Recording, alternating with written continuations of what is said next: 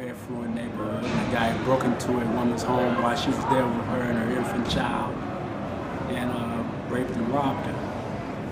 And I was subsequently picked up because of, I was picked from several photos from a mug shot display.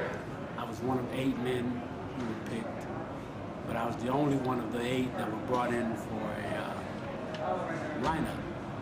And that subsequently got the ball rolling, which resulted in me being convicted and sentenced to 20 to 40 years in prison, which I served 26 years.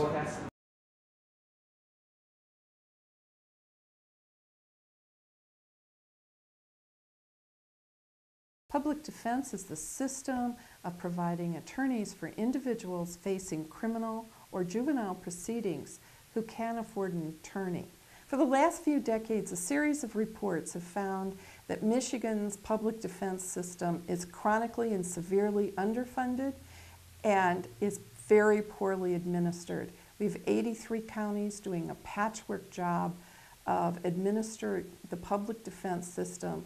That means the quality of justice you have depends on which side of the county line you live on. I believe that public defense reform is important in the state of Michigan because right now we have a system that's failing our children. On a daily basis, I see attorneys who are operating in a system where they don't have the proper support or training to deal with a specialized area of representing children. On any given day, you can see attorneys in a courtroom speaking with their clients for the first time in the hallway in a non-confidential setting just for moments before they go in and handle a case.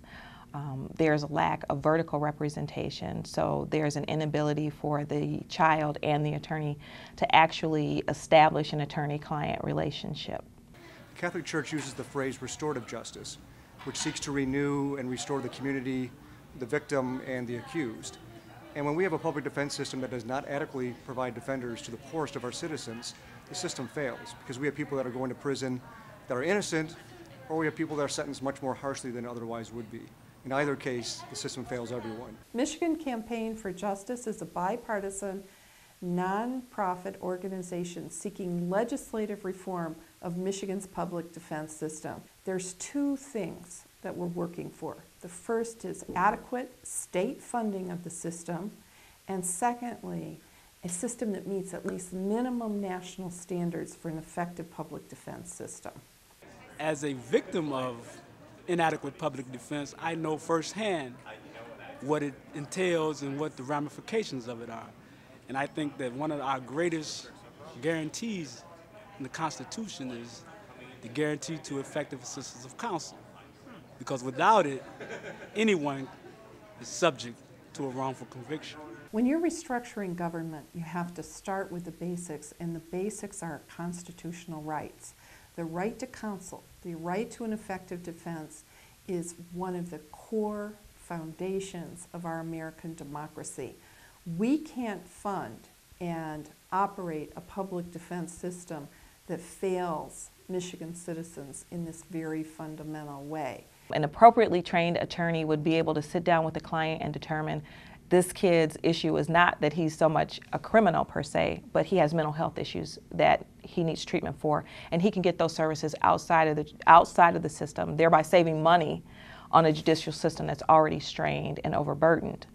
An attorney can also make adequate representations, I think, to the court in terms of what's appropriate for treatment, placement, and try to keep kids in the community. Our association supports the Campaign for Justice and is behind state funding. There's got to be a better way to fund and provide services for the indigent defendants than having 83 counties going about, each having their own systems, even though some of them may be similar. Through the economies of scale, I believe, as does the association, that state funding is going to help improve the delivery of justice to indigent people in our society. A lot of people think that this issue really doesn't affect them.